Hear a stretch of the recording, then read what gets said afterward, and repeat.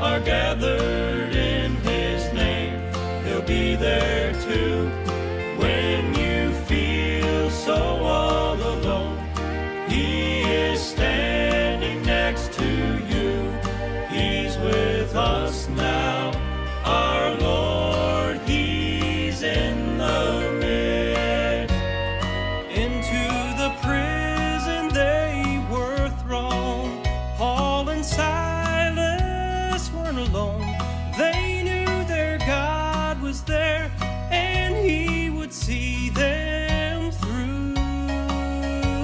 And so when the walls began to shake and all the chains just fell away, they cried, "Behold our God, for He is in the midst." He's in the midst of our storm. He's in the valley we walk through. Where two or three are gathered in His name, He'll be there too. When you feel so all alone, He is standing next to you. He's with us now, our Lord, He's in the midst. He's in the midst of our storm. He's in the valley we walk through. Where two or three are gathered in His name, He'll be there too. When you feel so all alone, He is standing next to you. He's with us now, our Lord, He's in the midst. He's with us now, He's in the midst.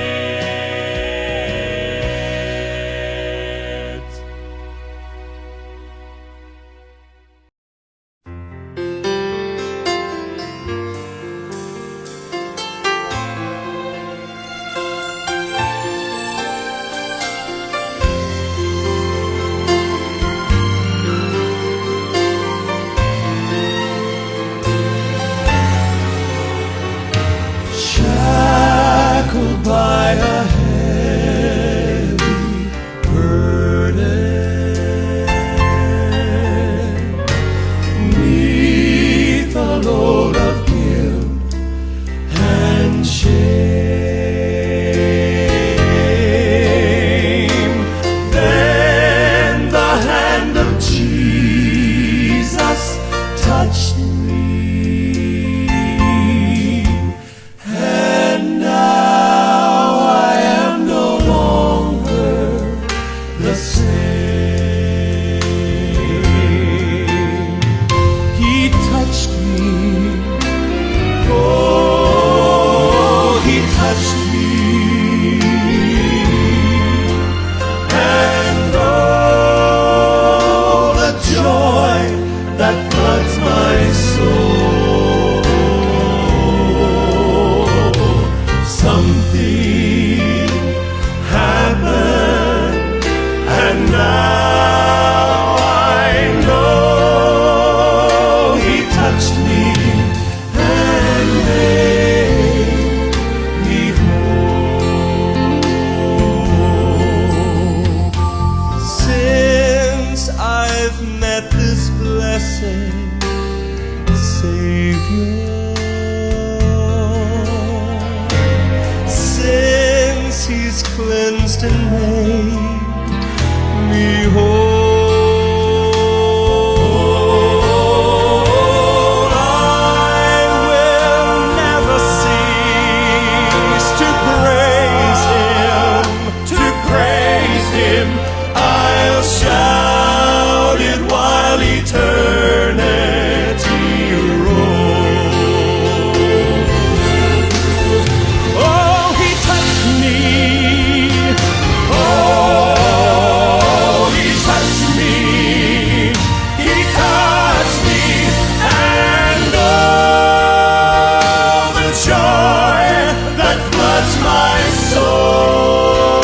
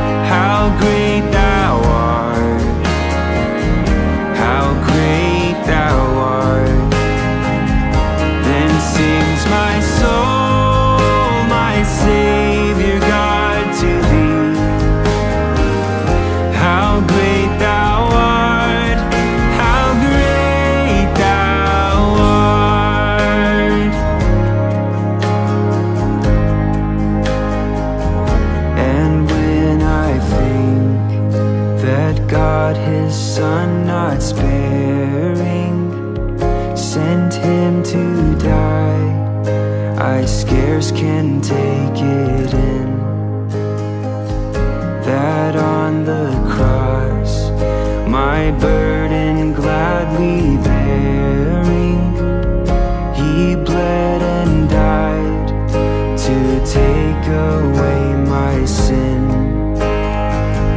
Then sings my soul, my Savior God, to thee. How great thou art, how great thou art. Then sings my soul, my Savior God, to thee. How great thou art, how great thou art.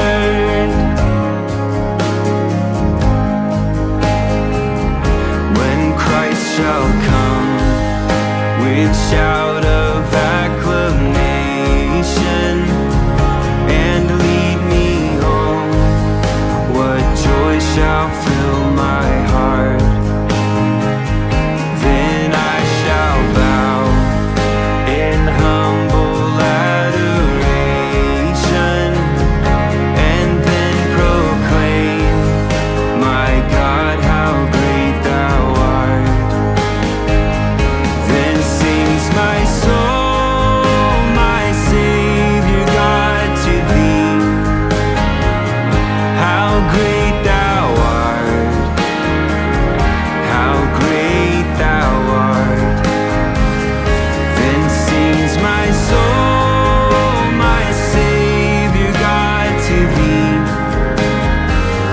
How great thou art, how great thou art. Good morning, everyone, and welcome in your Father's house. As Josie already said this morning, there's a reason why you were here, why you are here. God's got an appointment with you. God knows each one of us personally. He knows our circumstances. He knows what's in our hearts. We can walk around and put on a face for the rest of the world, but God studies the heart. He knows what's inside, what's going on. And we sang this morning, even in the midst of our troubles and in the storm, God is there with us. So welcome again. Rob will be back, God willing, next week. His last day of leave today, I heard Marshall say. As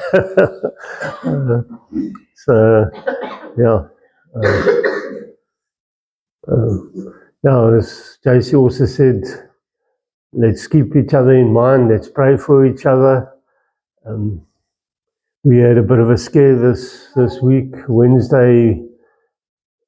Well, it was already, I think, Thursday, early hours of the morning, 2 o'clock. Ryan and Megan were still up playing their games at 2 o'clock in the morning because they're on holiday. And they were talking to Etienne in America. And they normally sit with earphones on, but at that minute, they took one earphone off. And they heard somebody trying to break in by our double doors. All the lights on, some of us still awake.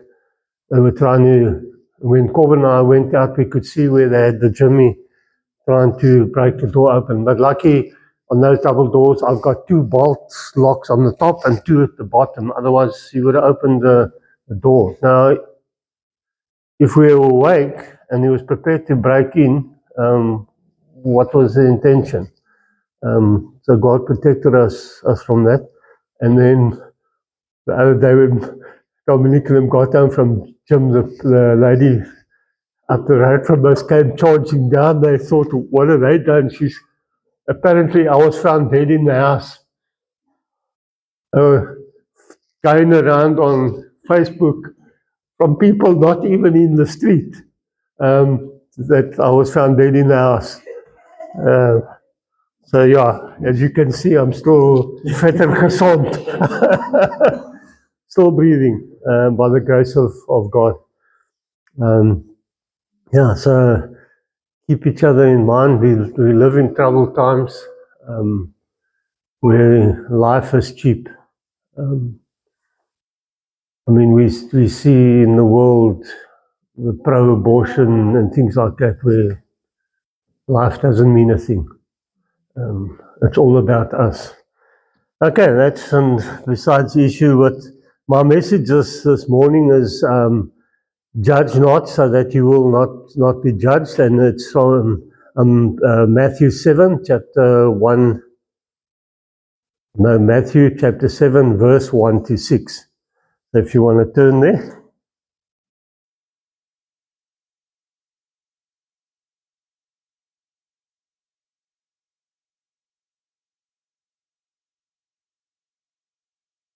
Okay, and it says there, do not judge so that you will not be judged. For with what judgment you judge, you will be judged. And with what measure you measure, it will be measured to you. And why do you look at the speck that is in your brother's eye, but do not notice the log that is in your own eye? Or how can you say to your brother, let me take the speck out of your eye, and behold, the log is in your own eye? You hypocrite, first take the log out of your own eye, and then you will see clearly to take the speck out of your brother's eye. Do not give what is holy to dogs, and do not throw your pearls before swine, lest they trample them under their feet, and turn and tear you to pieces. And my text verse is verse 1, do not judge, so that you will not be judged.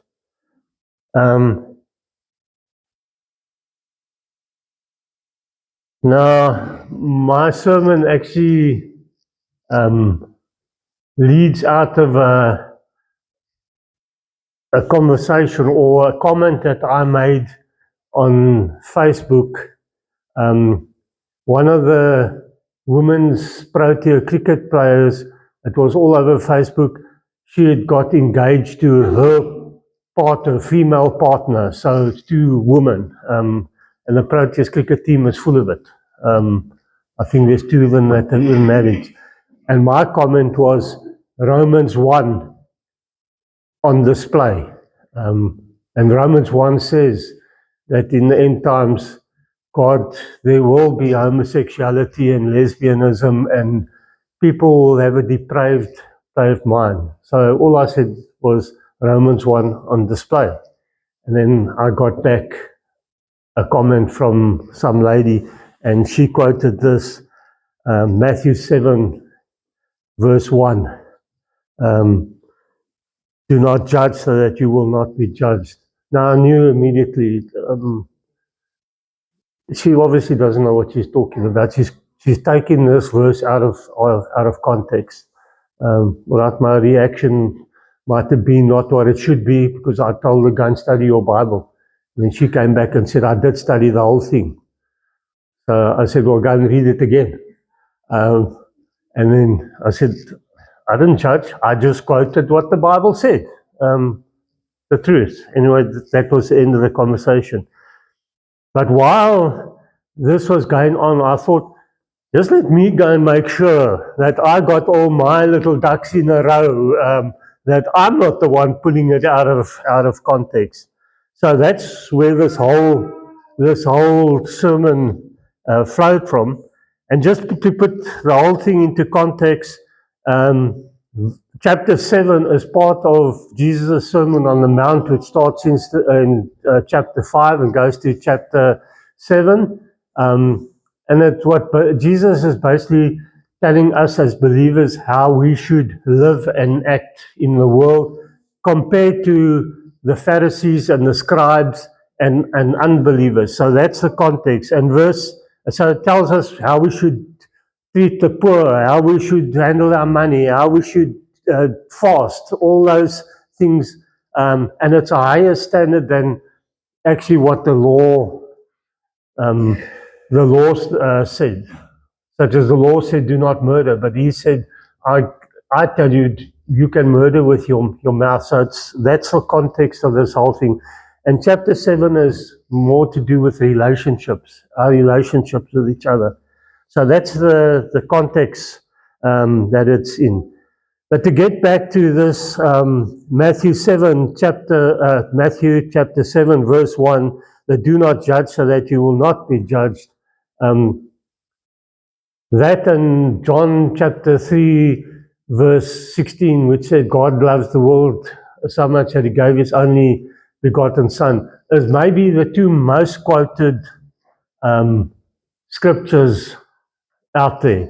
And this one, judge not to judge, is the one that's maybe the most misunderstood and misquoted, because the minute you say something that the person doesn't like, they will tell you, don't judge me.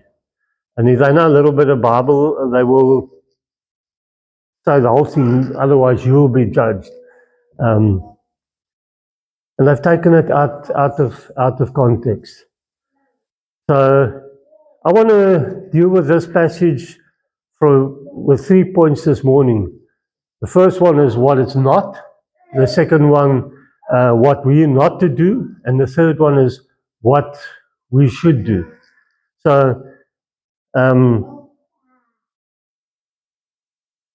my first point is what it's not. Now, when Jesus is teaching this and he says, do not judge so that you will not be judged, he's not telling us that we should never judge. He's talking in a specific context. The Bible clearly tells us there are times when you need to judge. And the Bible uses judge and discern and examine like as similes.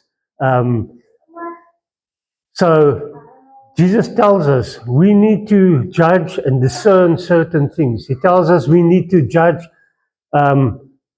In the last days there will be false prophets. We need to judge it and discern it. Jesus was even judged the Pharisees, called them out. The thing is that we need to keep in mind when we discussing this too, is to remember always that Jesus had the right to judge. We are not the final judge. But that's not what we're talking about when we're talking about judging. We're not talking about condemning.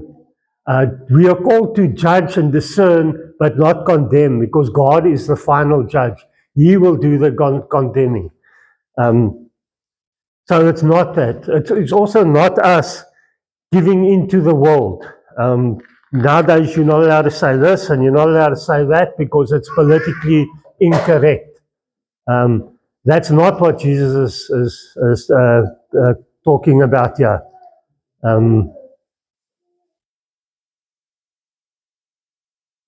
And we see it in a lot of churches as well today that, and I listen to a lot of different viewpoints and commentaries and things like this as I was preparing.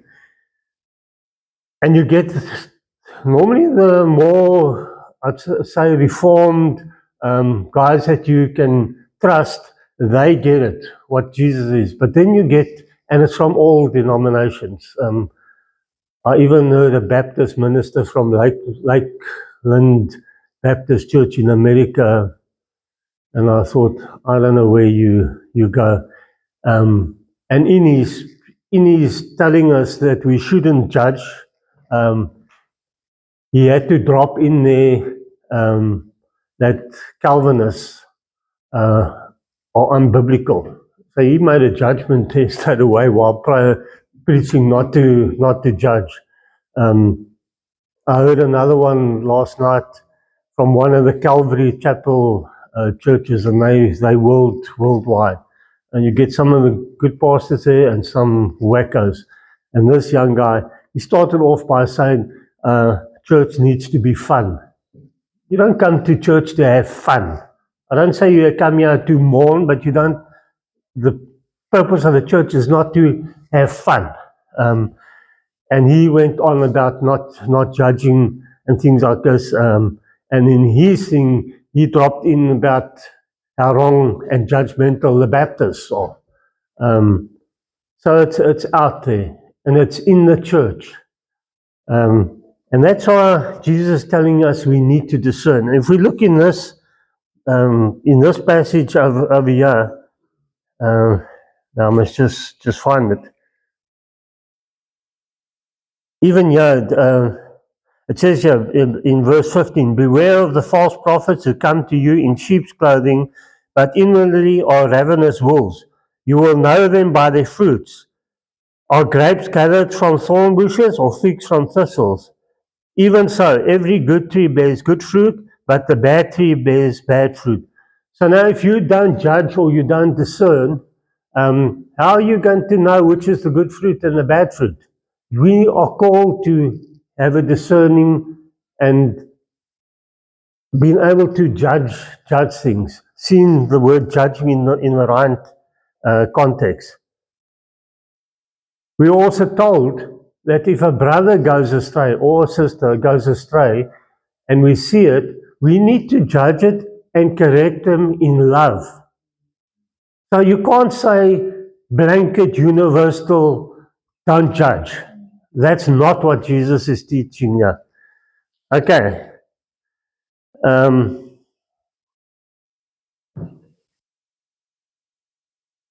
And yeah, I wrote down, I see in Hebrews 15 verse 14, Hebrews 5 verse 14, and says, but solid food is for the mature, who because of practice have their senses trained to discern both good and evil. So we are told we need to be able to discern what is good and evil. Also, sometimes we're so brainwashed into the culture that we live in that is at war with God, that we don't say anything out of fear. If you at a braai or something and somebody brings up a controversial point, often we just keep quiet, we back off. And that's not what God has called us to do. It doesn't call us to be troublemakers and things like that, but He requires us to defend the gospel, to say what is right, to say what God the judge says. And if that offends people, then that offends people. I remember John MacArthur saying if he preaches and he doesn't offend people, then he's doing something wrong. Okay. And George Orwell said, and if Ryan, I think, has heard of George Orwell. He was a writer. Didn't he write the book that you did now, the Animal Farm? Yeah. But he said, as people move from the truth, those who move from the truth will hate the truth teller. And that is so true in this world. If you tell the truth, then those that have moved from the truth will hate you. And normally the ones that quote this verse to you, they're the ones that got some sin in their lives that they want to hide or they don't want you to know about. And that's why they will quote this. Okay, then my next point is what we are not to do. So what Jesus is teaching here not to do is, and if we have a look at verse 3, from 3 to 5, it says, and why do you look at the speck that is in your brother's eye, but do not notice the log that is in your own eye? Or how can you say to your brother, let me take the speck out of your eye, and behold, the log is in your own eye? You hypocrite, first take the log out of your own eye, and then you will see clearly to take the speck out of your brother's eye. So what Jesus is teaching now is the hypocritical judgment, where you're doing it from an attitude of self-righteousness, where you think you've got it all sorted out, and you're looking down on people, and you're criticizing people, and normally you're doing it with a mean spirit, a mean heart. You want to hurt that person. You're criticizing other people for their sins or things that they're doing wrong, but if you're honest with yourself, you got bigger sins in your life. And the interesting thing in these verses too, is Jesus is not saying that you mustn't judge completely. He says, first deal with your own sins and your own faults. Then you will be able to help your brother or your sister. So the aim is to examine ourselves first, get ourselves right with Jesus, and then be able to help somebody else. Another thing that Jesus is teaching us yet to do here is making hasty, unmerciful judgment without knowing the facts or circumstances. So often we quick to jump onto somebody and judge them in a negative way, unmercifully, without knowing all the facts, all the circumstances. It's easy for me on the outside, if I don't know everything, to make a judgment, and I might be completely wrong. That is wrong. It's wrong to judge that way. First find out, walk in that person's shoes a bit, and then you can make a judgment. Another one is judging people's motives. So, yeah, he or she is only doing that because they want to be seen, they want to be doing this. I might not have all the facts. I might not know what's in their hearts. Jesus knows. So I can only judge their motives once I know the facts. So don't be too hasty to judge. And that's what Jesus is teaching us. He's also saying don't judge on appearances. And I think most of us are guilty of that. We see somebody and we immediately make a judgment. I heard one, actually I think it was a movie, and the guy was in Kevin Costner was in a courtroom. And I don't know the whole story, but they were accusing him of making judgments against a black person. And he was saying, yes, the first thing when I see that person, I see is black, so I make a judgment. When you see me, I'm white, you make a judgment. So we do that. We see somebody on the street, a beggar or something, and we make a judgment. We see somebody dressed in a certain way, and we make a judgment. Now again, making the judgment itself is not the problem. It's the unmerciful, hypocritical, self-righteous, hurtful judgments that you make. Jesus said, you are not to do that. Also judging on persons' weaknesses. You think this person may have some weakness that causes him or her to sin or to do certain things, and you think you're strong, and you judge that person. So it's all about attitude. And just to go back, I should have said it in my introduction. When I started this whole study, my purpose was to actually get ammunition to, if this lady answers me back, that I can tell her she's got it wrong.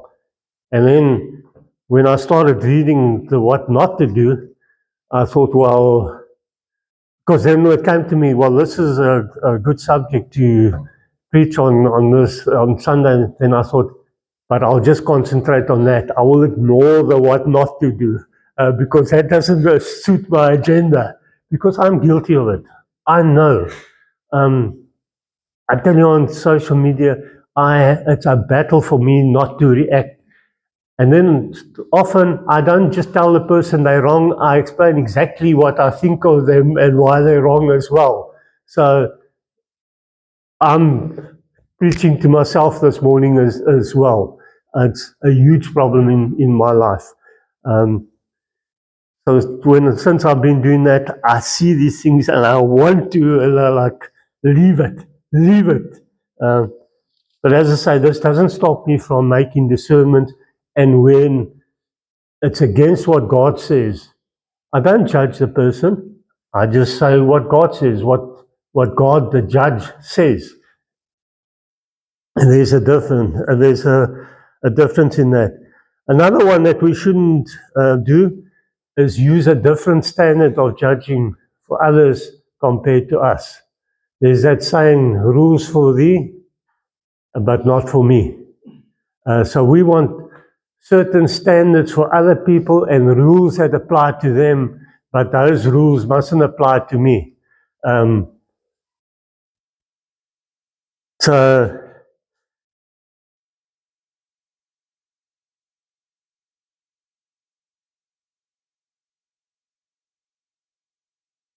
okay, then, so that's the things that we shouldn't do. So then I got to asking myself, but why do we react this way? What causes us to be judgmental? There's a subtle difference between judgment and judging and being judgmental. Judgmental is a negative one where I'm looking for all the bad points and the weaknesses and things. Then I'm judgmental. I ask myself, what would cause a person to do this? And then once you start studying it, you get from one passage to the other. And I noticed that in a lot of the scriptures, especially Peter and Paul, you get where they will list certain sins, like stealing and anger, homosexuality.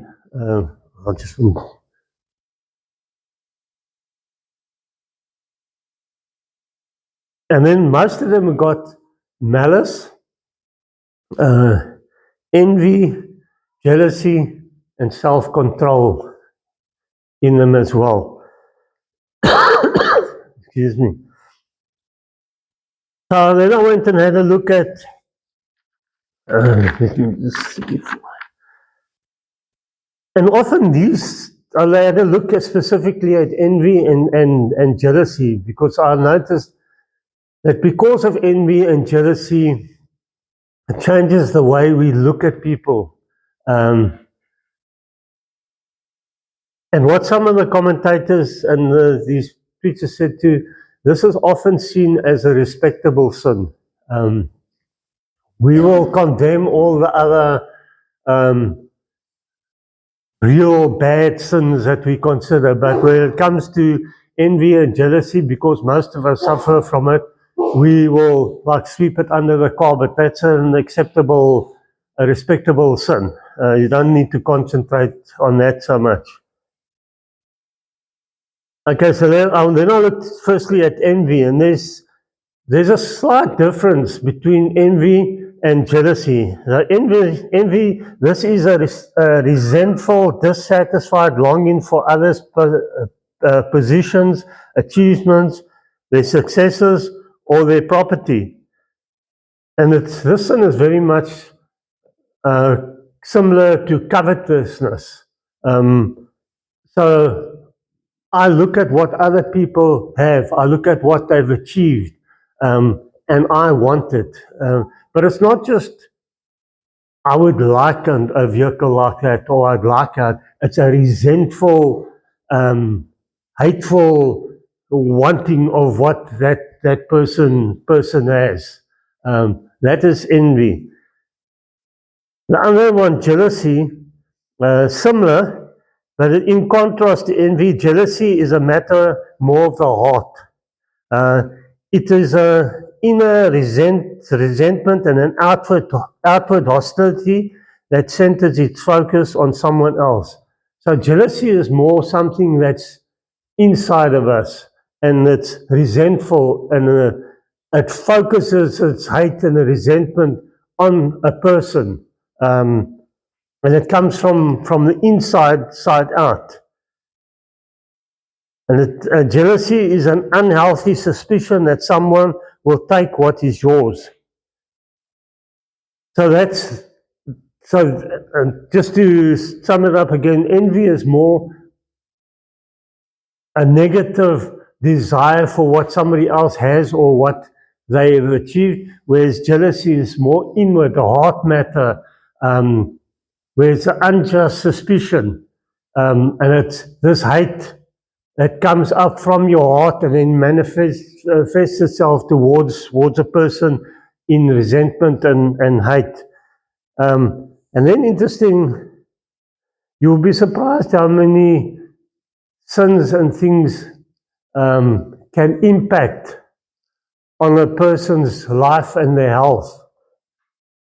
When I was listening to some guys too, they said, where you find envy and jealousy in a place, it destroys families, it destroys marriages, it destroys fellowships, destroys relationships, and where it is, there's chaos.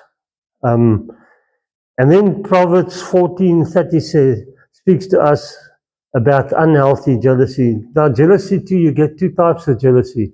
Like God is jealous for his children, he's jealous for his word, but that's a positive jealousy. We're talking about the negative one.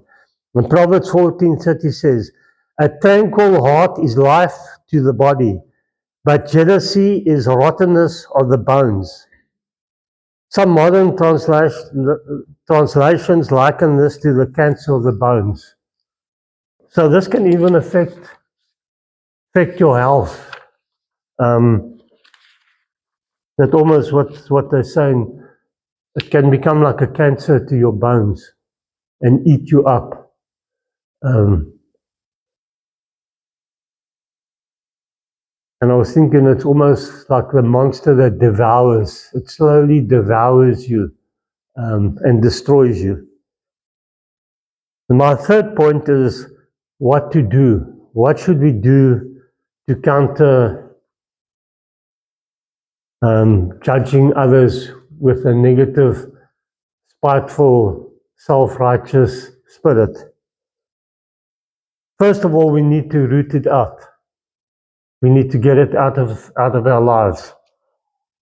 The second is we need to recognize that it is sin and say no to them. And we know that even when somebody is suffering from some addiction, drug addiction, alcoholism, pornography, whatever it is, the first step is to admit that you've got that problem. And in this case, the judging, as I said, it's sometimes seen as a respectable sin. We don't want to acknowledge it, that we are judgmental. And I think if we're truthful with ourselves, we all are. So you need to recognize it and then work at it to get it out of your life. You need to come and confess it to God, which is maybe should have been the first one. Confess it to God, because you're not going to be able to do it on your own. We know the Bible tells us man is inherently evil. And it's a constant battle between the flesh and the spirit. So confess it to God. And then, very important, in verse 2, it says, for what judgment you judge, you will be judged. And with what measure you measure, it will be measured to you. Keep that in mind. The measure that you judge others with. First of all, more than likely, if you judge a person in a certain way, they will judge you back in the same negative way. But more importantly, this verse is actually saying, with the same measure or standard that you just judge somebody else, God will judge you. So you're not going to get away with it. God, you will at some time stand before God and give answer for your actions. And then God will use the same judgment that you judge others with to judge you. So you judge others with mercy, God will judge you with mercy. You judge others unjustly, God, he can't judge you unjustly, but there will be some price price to pay for it. What I saw in another section, not to do with this, the person was saying it's almost like God saying to us, I sent my son to die on a cross for you so that you can be forgiven of your sin. But you expect me to forgive you, but you won't forgive somebody else. So we've got to be very careful of our attitudes. And then just in conclusion, I want to read, still Matthew 7, but I want to read verse 12. Therefore, in all things, whatever you want people to do for you, so do for them. For this is the law and the prophets. So whatever you would like people to do for you, whatever you would like people to treat you like, you need to do the same for them. If I treat somebody badly, then why would I expect them to treat me any differently? But as I said, above this, and that's scary, remember that the measure you use to judge others, God will use to measure and judge you. And that's my story this morning. As I said, doing the study, I soon enough found out that I'm guilty of judging. It's a problem in my life that I need to work at. I'm very quick to give my opinion, and then just not give my opinion, explain some of what you look like and how you are and all those things as well. So that's it. So let's just close in prayer, and I'll do the benediction. Lord, we thank you that we can come before you as Almighty, Sovereign God. We thank you that we can also come to you as our loving Father. Lord, and you know us. You search our hearts. There's nothing that we can hide from you. And Lord, I think if we're honest with ourselves this morning, we'll confess and acknowledge that we all are judgmental at times. We all tend to judge others with a different standard to what we want to be judged with. Father, we've confessed this to you, and we ask that you would work in our lives, that